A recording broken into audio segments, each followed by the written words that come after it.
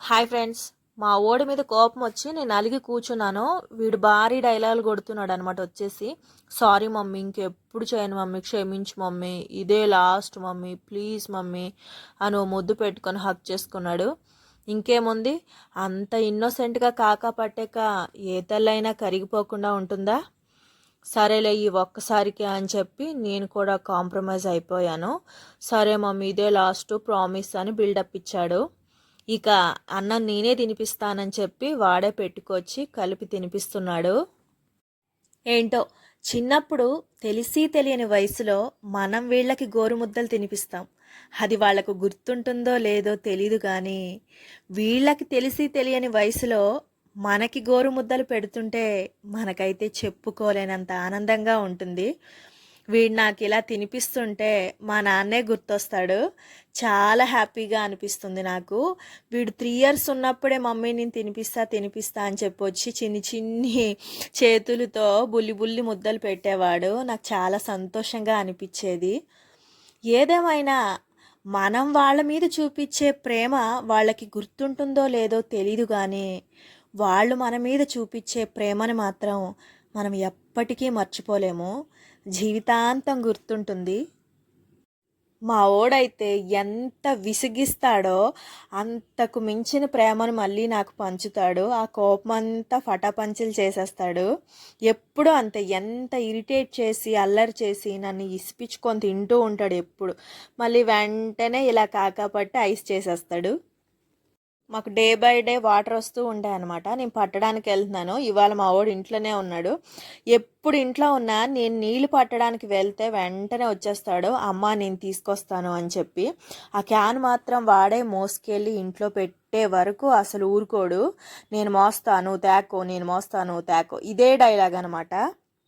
బరువుగా ఉంటుంది నాన్న తేవద్దు అన్నా కూడా వినడనమాట. లేదు నీకు చెయ్యి నొప్పి వస్తుంది కదా నేనే తీసుకొస్తాను, నువ్వు మామూలుగా రానేసి చాలా పెద్దోడైపోయినట్టు పెద్ద పెద్ద మాటలు మాట్లాడతాడు. అసలు ఇలా ఒక పనే కాదు, అన్ని పనుల్లో అమ్మకు సాయం చేయడంలో ముందుంటాడు అనమాట మావాడు. నేను ఎప్పుడు గిన్నెలు తోమేసి మంచిగా కిచెన్ ప్లాట్ఫామ్ మీద డబ్బులు ఇస్తాను మంచిగా, వాటిని తీసుకెళ్ళి చక్కగా టబ్లో పెట్టేస్తాడనమాట. ఒక్కొక్కసారి నేను అలా పడుకొని ఉంటే వాడే తోమేస్తాడు. అసలు నేను చెప్పను అనమాట. చెప్పకపోయినా మంచిగా బెడ్రూమ్లో డోర్ దగ్గరికి వేసేసి ఎక్కడ నేను వినిపిస్తుందో అని చెప్పేసి వెళ్ళిపోయి నీట్గా తోమేసి అన్నీ అయిపోయాక వచ్చి అమ్మ ఒకసారి కిచెన్లోకి వెళ్ళి చూసుకో సర్ప్రైజ్ అని చెప్తాడు. వెళ్ళి చూస్తే నీట్గా కడిగేసి మంచిగా పెట్టి కిచెన్ ప్లాట్ఫామ్ మొత్తం క్లాత్తో తుడిసి నీట్గా చేసి ఉంచుతాడనమాట. అసలు ఇలాంటప్పుడు అనిపిస్తోంది ఒక అమ్మకి వేలుడంత కొడుకుంటే 1000 మంది సైన్యం ఉన్నట్లే అని. బాధ్యత తెలిసిన కొడుకున్న ప్రతి తల్లికి భద్రతకి లోటుండదు. వీడిని చూస్తే నాకు అదే అనిపిస్తుంది. ఇంత చిన్న వయసులో ఎంత చక్కగా నన్ను అర్థం చేసుకుంటాడో వీడు.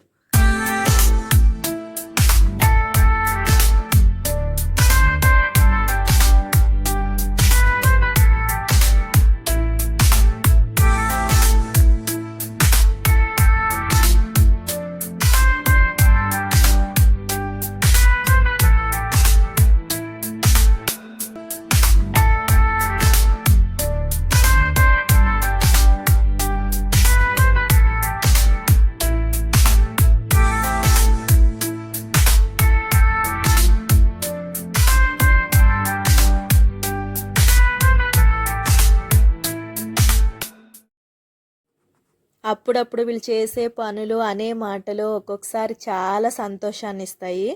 నిన్న స్కూల్కి తీసుకువెళ్తూ దారిలో జాగ్రత్తగా నడువమ్మా ముందు వెనక చూసుకొని అని చెప్తే వెంటనే వాడు నువ్వు జాగ్రత్తగా నడువమ్మా అన్నాడు.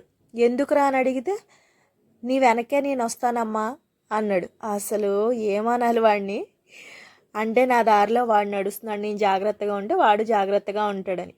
తెలిసి అన్నాడో తెలియక అన్నాడో తెలియదు, కానీ ఆ మాట వింటే భలే ఆనందంగా అనిపించింది నాకు. ఈ హ్యాండ్ పెయిన్ ఫుల్ అనమాట, టెన్నిస్ ఎల్బో అని చెప్పేసి వచ్చింది.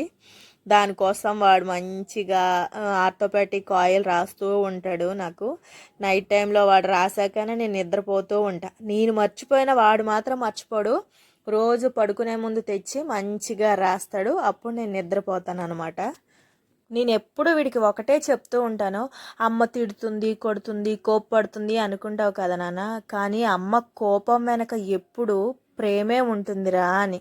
అది మాత్రం బాగా గుర్తుపెట్టుకుంటాడు వాడు. కొన్నిసార్లు అనుకుంటాను డబ్బుంటే ఏమైనా ఉంటుందని, కానీ కొన్ని కోట్లు ఖర్చు పెట్టినా దొరకని ఆనందాలు కొన్ని ఉంటాయి. అవే ఈ ప్రేమలు, ఆప్యాయతలు, అనురాగాలు. ఇంకా ఈ పిల్లలు పేరెంట్స్ మీద చూపించే ప్రేమనైతే ఎన్ని కోట్లు ఖర్చు పెట్టినా కొనలేని జ్ఞాపకాలే. ఐ లవ్ యూ నాన్న. I love you so much.